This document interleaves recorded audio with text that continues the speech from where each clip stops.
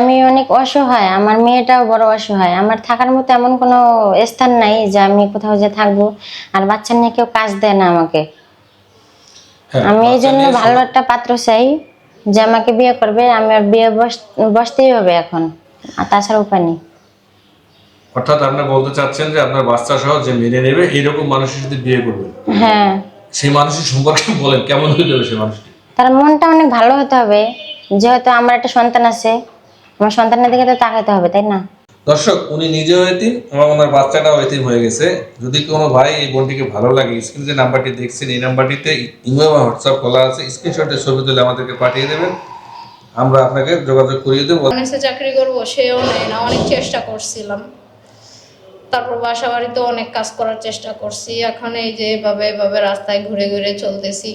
মেয়ে মানুষ তো অনেক মানুষে কুনজর দেয়, অনেক রকমের কথা বলে। ছোট বাচ্চাটাকে নিয়ে আর রাস্তায় আসি ভাই। এখন মূলত চাচ্ছেনটা কি আপনি?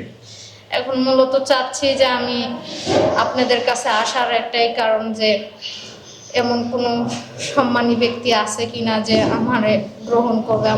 আপনাদের কাছে আসছি। দর্শক, স্ক্রিনে যে নাম্বারটি দেখছেন এই নাম্বারটিতে ইমো এবং হোয়াটসঅ্যাপ খোলা আছে। যদি কোনো ভাই এই বোনটিকে ভালো লাগে স্ক্রিনশটে ছবি তুলে আমাদেরকে পাঠিয়ে দেবেন, আমরা যোগাযোগ করিয়ে দেবো। সবাই ভালো। আসসালামু আলাইকুম, আমি মায়েশা আক্তার। আমি কুমিল্লা থেকে আসছি। আমি এখানে এসেছি বিয়ের জন্য। আমার বাবা মারা গেছে, আমার মা অন্ধ। সে আমাকে অনেক কষ্ট করে বড় করছে।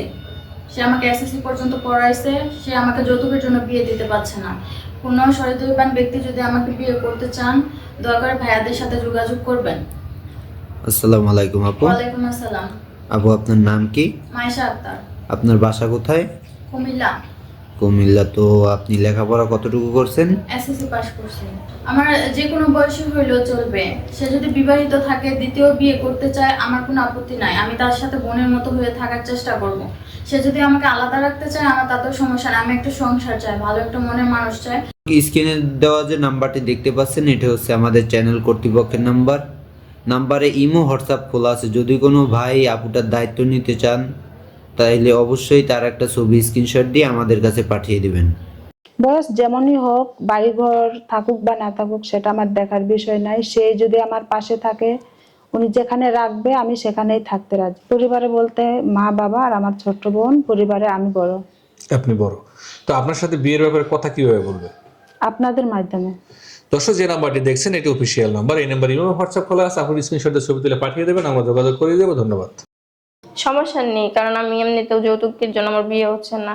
সে যদি আমার পাশে থাকে, সুখে দুঃখে দুমুঠো ডাল ভাত খাওয়াতে পারে, তাতে আমি রাজি আছি। আমার কোনো সমস্যা নেই। বিয়ে করবেন? জি। রাস্তা দিয়ে হাঁটলে মানুষ যদি বলে দাদায় নাত্রী লিয়ে যাইতেছে, সমস্যা নেই, লোকের তো কাজই এটা। আপনার নাম কি? আমার নাম নুসরাত, আমার দেশের বাড়ি কুষ্টিয়া। আমি পড়াশোনা এসেছি, পাস করেছি। আমার আম্মু আছে, ছোট দুটো বোন আছে। দর্শক, এই মুহূর্তে যে নাম্বারটি আমাদের চোখের সামনে ভেসে বেড়াচ্ছে এই নাম্বারটিতে ইমো এবং হোয়াটসঅ্যাপ খোলা আছে। যদি কোনো ভাইয়ের এই বোনটিকে ভালো লাগে তবে স্ক্রিনশটের ছবি তুলে আমাদের সাথে যোগাযোগ করবেন, আমরা আপনার সাথে কথা বলিয়ে দেবো। যাদের বাবা আছে, টাকা আছে, কালো হলো তাদের কোনো সমস্যা নেই, তাদের বিয়ে হয়ে যায়। তা আপনার বিয়ে কেন হচ্ছে না? যৌতুকের জন্য।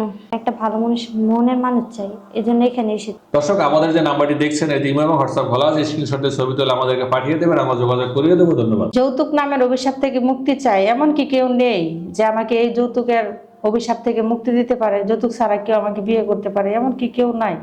আজকে আমার বাবা নাই বলে, আমি আজকে অসহায় বলে আজকে আমার বিয়ে হচ্ছে না। আমার যদি